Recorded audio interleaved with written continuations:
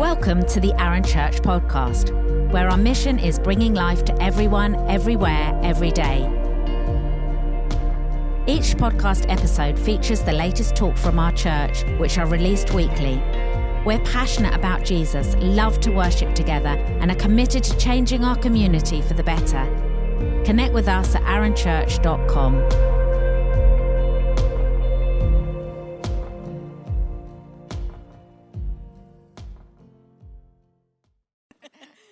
Thank you, Abby. Hello everyone. Good to be together, isn't it? Great to sing together, just to be together. We are going to be looking at the story in John 21 about that Hayley has so brilliantly talked about. But I wonder, right at the very beginning, have you ever failed at anything? Just talk to the person next to you about any relevant failures, maybe not your deepest, darkest failure, but any sort of trivial failure that you can think of. Have a bit of a chat.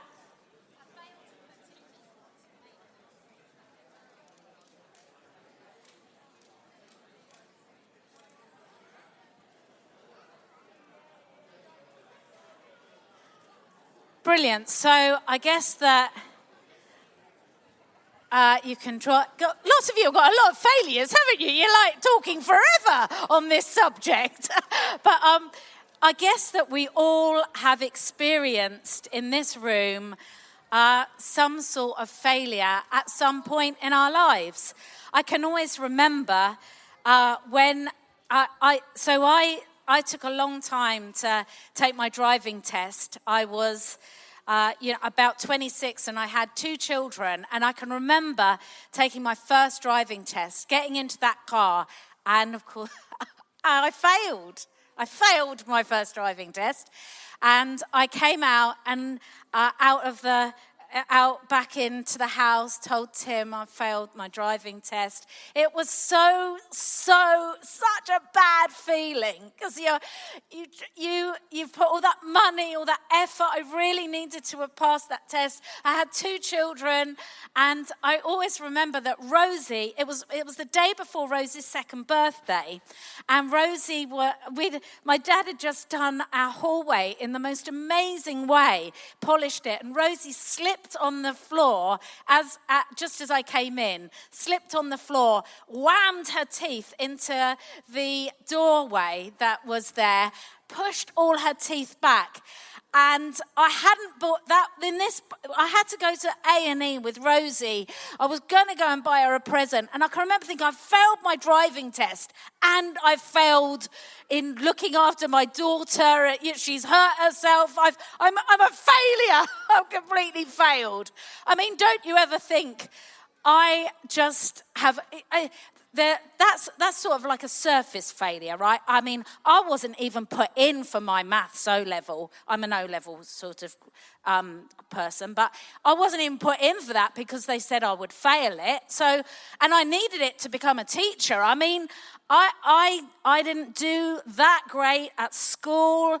Then what about the things? Don't you ever think of all the things? Well, maybe this is just me, but I feel like I let people down all the time. I wish I'd seen that. Somebody talks to me about something that's going on in their life, and I think, I wish I'd been there. I wish I'd seen that. I wish I'd known that. I wish I've let you down. I'm sorry. I mean, I think that I let people down so much of the time, just in not seeing or noticing. And what does God then say to us? With our weakness and our failure. What's the Bible say about that? Let's have a look at John 21. It's going to be up here. So it says this. This is after the resurrection. And it says, afterwards, Jesus appeared again to his disciples by the Sea of Galilee. And it happened this way. Simon Peter, Thomas, Nathanael, and the sons of Zebedee and 2 other disciples were together. I'm going out to fish, Simon Peter told them. And they said, we'll go with you. So they went out and got into the boat. But that night, they caught nothing. And early in the morning, Jesus stood on the shore, but the disciples did not recognize it was Jesus. And he called out to them, "Friends, haven't you any fish?" "No," they answered. He said, "Throw your net on the other side of the boat, and you will find some." And when they did, they were unable to haul the net because of the large number of fish. And then the disciple whom Jesus loved said to Peter, "It is the Lord." As soon as Simon Peter heard him say, "It is the Lord," he wrapped his outer garment around him, for he had taken it off, and jumped into the water. Strange thing to do, don't you think? Why did he do it? I know he was stripped down because he was doing fishing, but then he puts on his jacket and jumps into the water. Anyway, that's what he does. The other disciples followed in the boat, towing the net full of fish. And they were not far from the shore, about 100 yards, when they landed. And they saw a fire of burning coals, and there with fish on it and some bread. And Jesus said to them, "Bring some of the fish you've just caught." So Simon Peter climbed back into the boat and dragged the net ashore. It was full of large fish, 153. But even with so many, the net was not torn. And Jesus said to them, "Come and have breakfast." None of the disciples dared to ask him, "Who are you?" They knew it was the Lord. And Jesus came and took the bread and gave it to them. And they did the same with the fish. This was the third time Jesus appeared to his disciples after he was raised from the dead.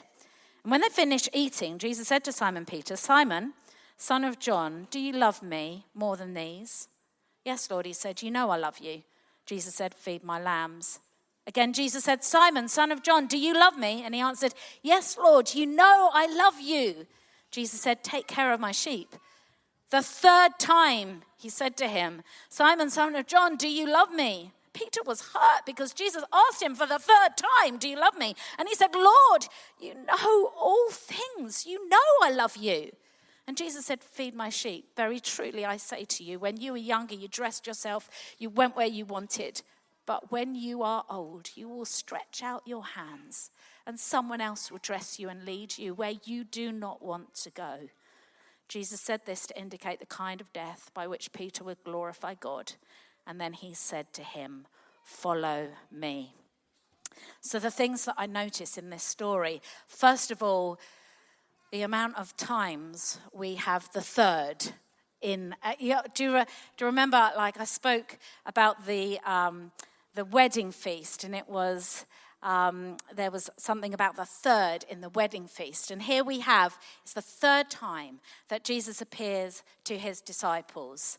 It's also there's 3 times that Jesus asks Peter, "Do you love me?" Why did he ask him 3 times? Well, of course, if we go back in the story, if we go back a little bit, if we go to before Jesus had died, we have the encounter with Jesus and Peter, where Jesus says to Peter, "Peter, you're going to deny me 3 times before I die." And Peter says, "No way, I'm never going to do that. I'm never going to deny you. I will not do that. That is absolutely not what's going to happen." And absolutely that is what happens, because Jesus is taken away. He's in custody. He's waiting for the verdict of him dying. And some people find Peter by a fire, and they say, "Here, you know him, don't you? You know Jesus." And he says, "No, I don't know him." He said, "No, you do. I've seen you with him." "No, I don't know him." "No, we have seen you." And he says, "No, I don't know him." And then the cock crows, which is just what Jesus said was going to happen.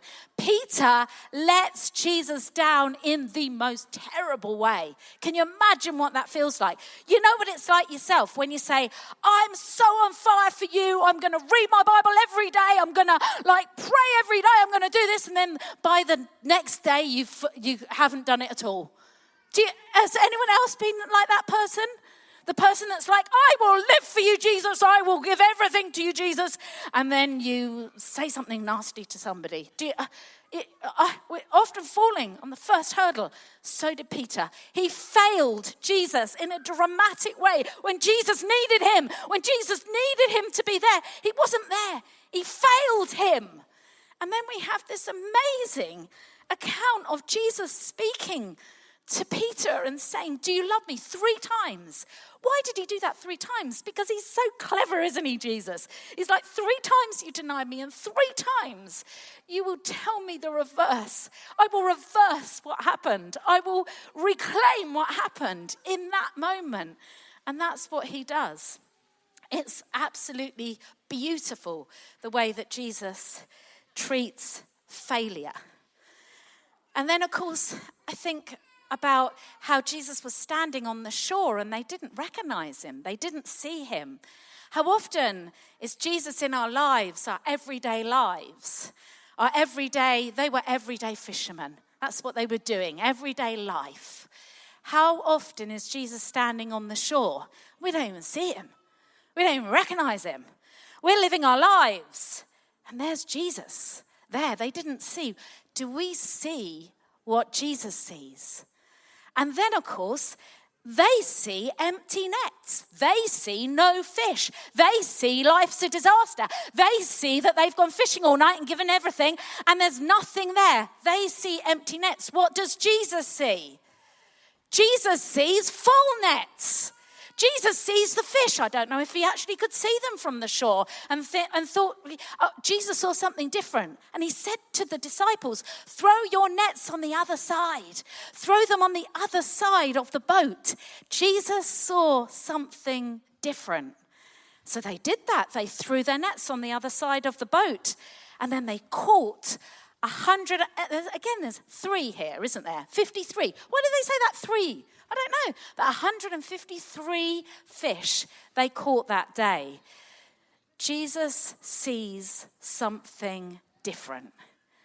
He sees something different about success than we do, maybe. And he sees something different about failure. The things that we class as failure.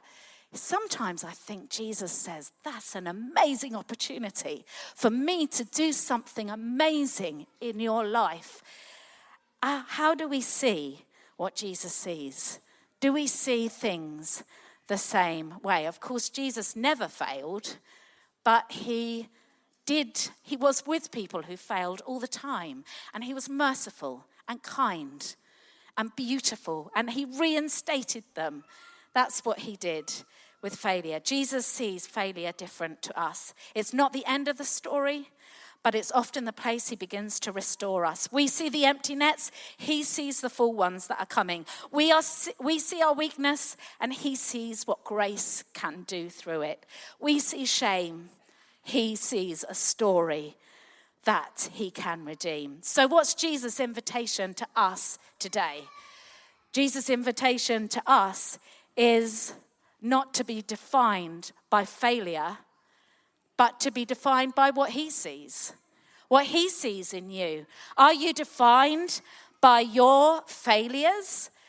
We talk about failed marriages. We talk about failure in our lives that is deep and maybe really has defined who we think we are. Maybe your failure in your marriage. Maybe you feel you failed with your children.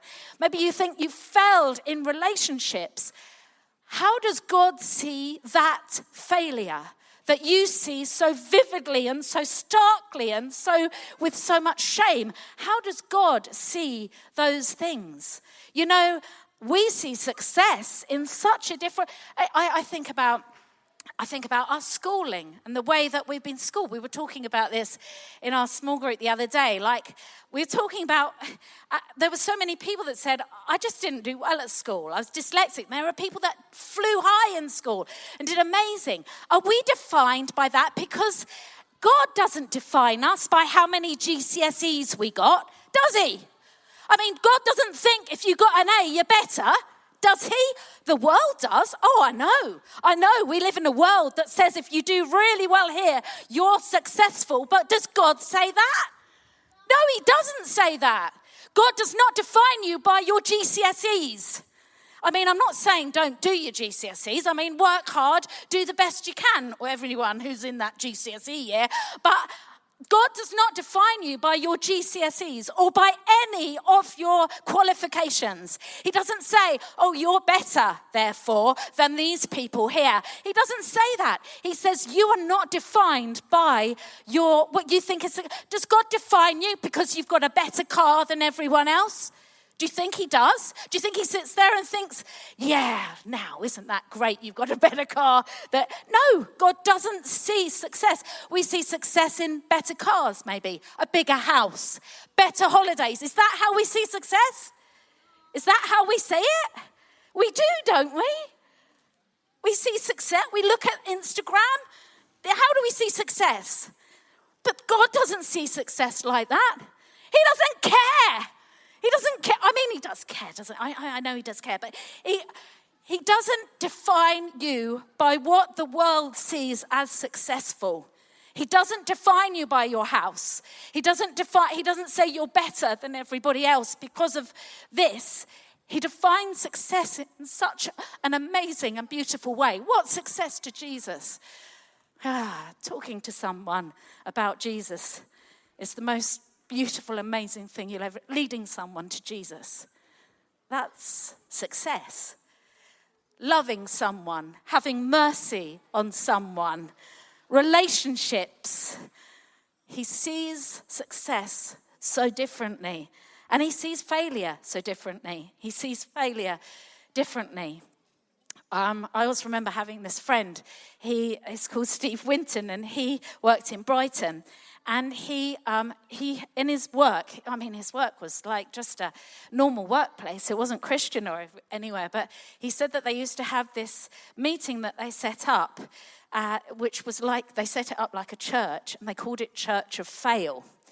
And what you did is you came into this place, and you would sit in this place, and then you would tell them your failures, your workplace. Can you imagine doing that? So what they were doing is celebrating what hadn't gone right, letting people be open about what they'd failed at. Instead of like shame, hide it, don't talk about it, don't talk about what we do wrong. They say, come and talk about it. A church of fail. And he said it was such a significant thing that people would say, well done, keep going. I know you failed at that, but keep going. And they called it the Church of Fail. I think about Thomas Edison, who created the light bulb.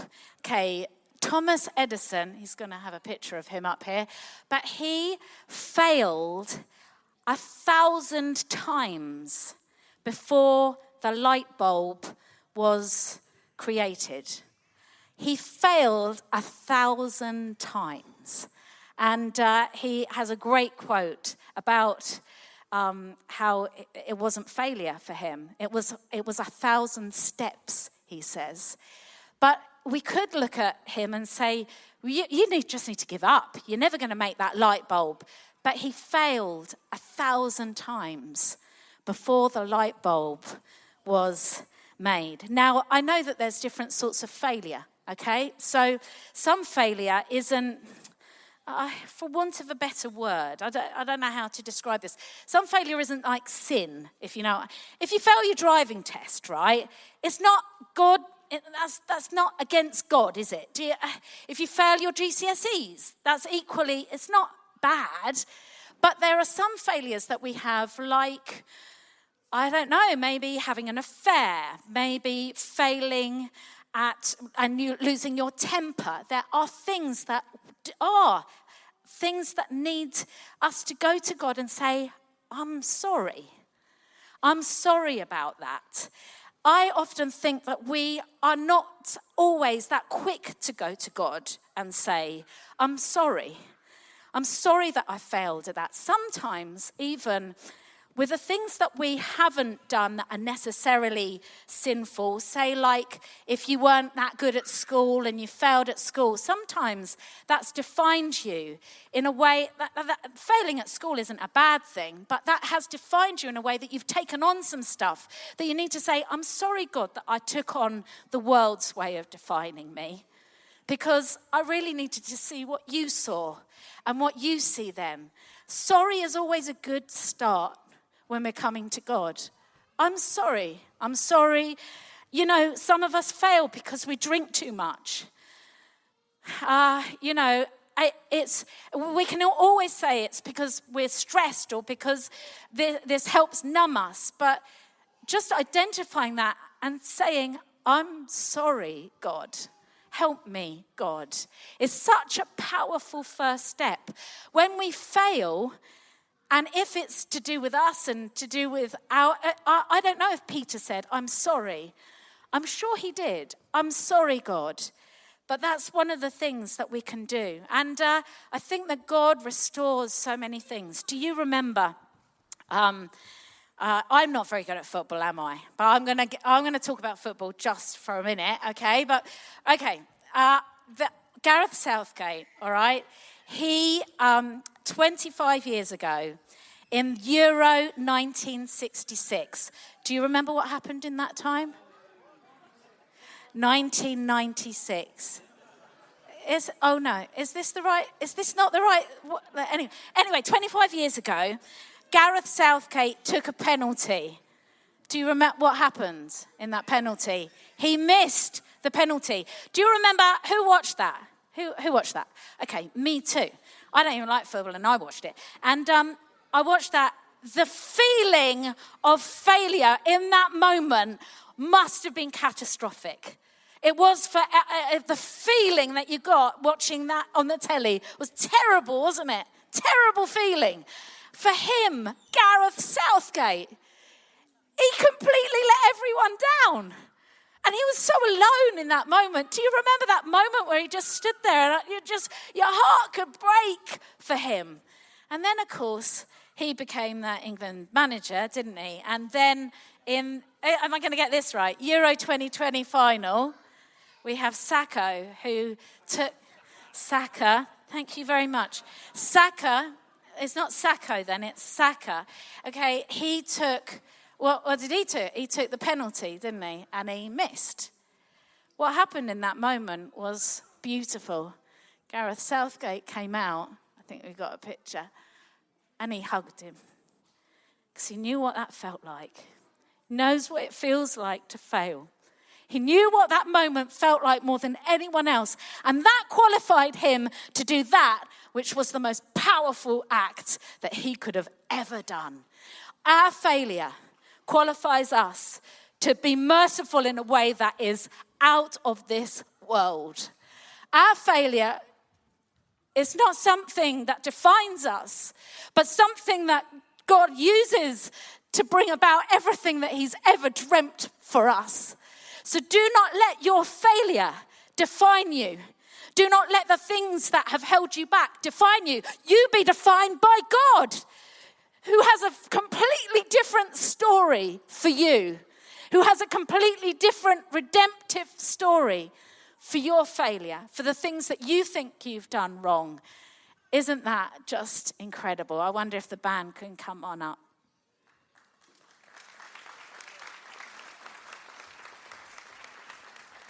I think this is an amazing story because it's about everyday life and Jesus speaking into everyday life. They were just doing their jobs. They were doing their fishing. It wasn't very fruitful. In your lives, in your everyday lives, listen to what Jesus is saying because that's when you'll be fruitful. Listen to what he's saying. He wants to use you in your everyday life, your everyday working life, but he wants to speak to you. Can you see what he sees? Can you see what he sees in you? Can you see what he sees when you think you've failed? And he says, you haven't failed. He makes you breakfast. That's what he does with his disciples, with Peter. What does he do with him? He makes him breakfast. He's let him down and he makes him breakfast. And an amazing thing for us to be and to follow. So let's close our eyes together.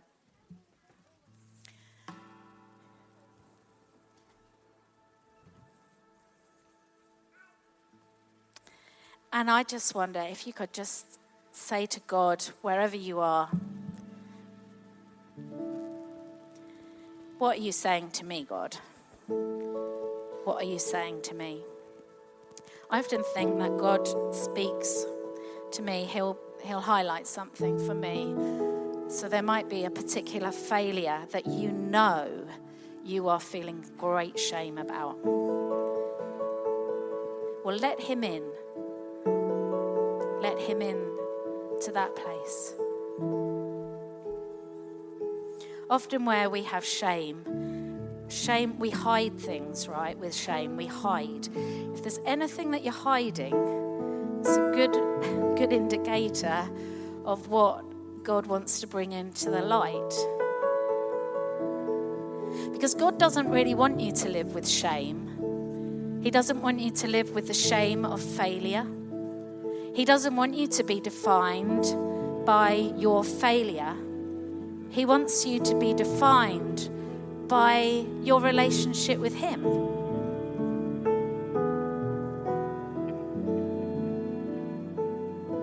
And so just let Him speak to you.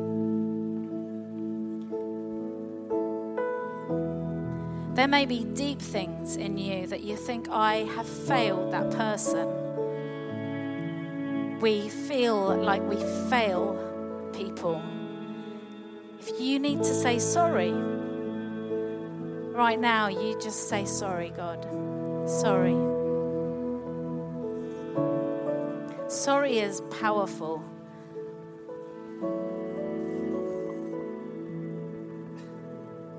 Don't blame someone else. Don't think it's someone else's fault that that's happening. Just you be with Jesus, you and Him, having breakfast together.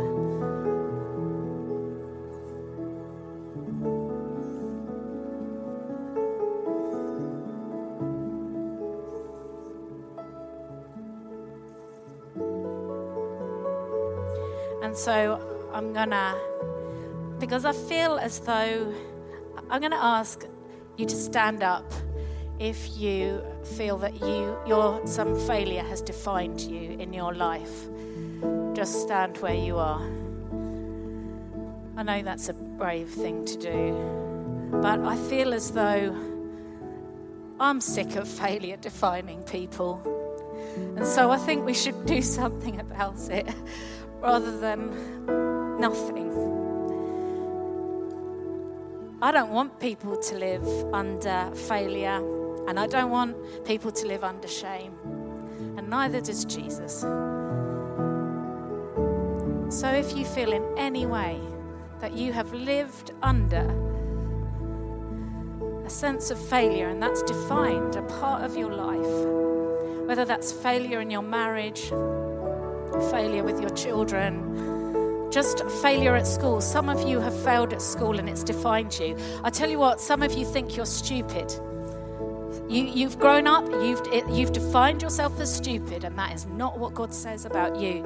There are some people that have, in their school life, had things spoken over them, and it's not the truth. And so I wonder if you could stand up too, if that's you, if that sense of failure has defined you.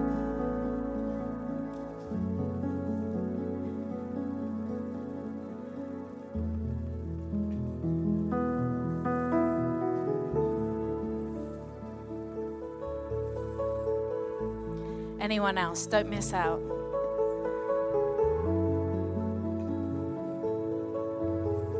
So you guys standing up, He says to you, come and walk with me. Come and walk with me. Come and let me do something in you where I redefine what you've said about yourselves. And I'm going to speak a new thing into you. Where somebody said you're stupid, I'm going to say, no, you're not. You are so switched on to me. Don't you think it's amazing that when we come to Jesus, it's such a leveler? Do you know what? If the most intelligent people, they talk about God and they know everything about God, but if you have no intelligence, you have equal access to Jesus. Don't you think that's amazing? If you have nothing and you're poor, you have equal access to Jesus as the richest person in the world. It's the most amazing thing.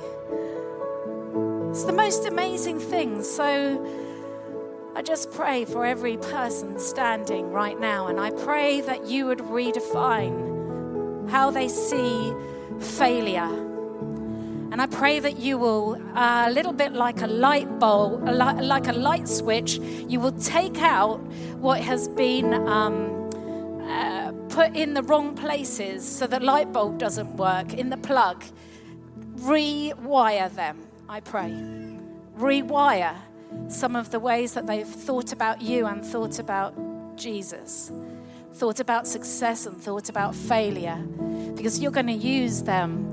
You're going to use the things that they thought were failure, the things that they thought were nothing. You're going to use those things to restore others, to have mercy on others, to stand with others, to sit with others, to embrace others.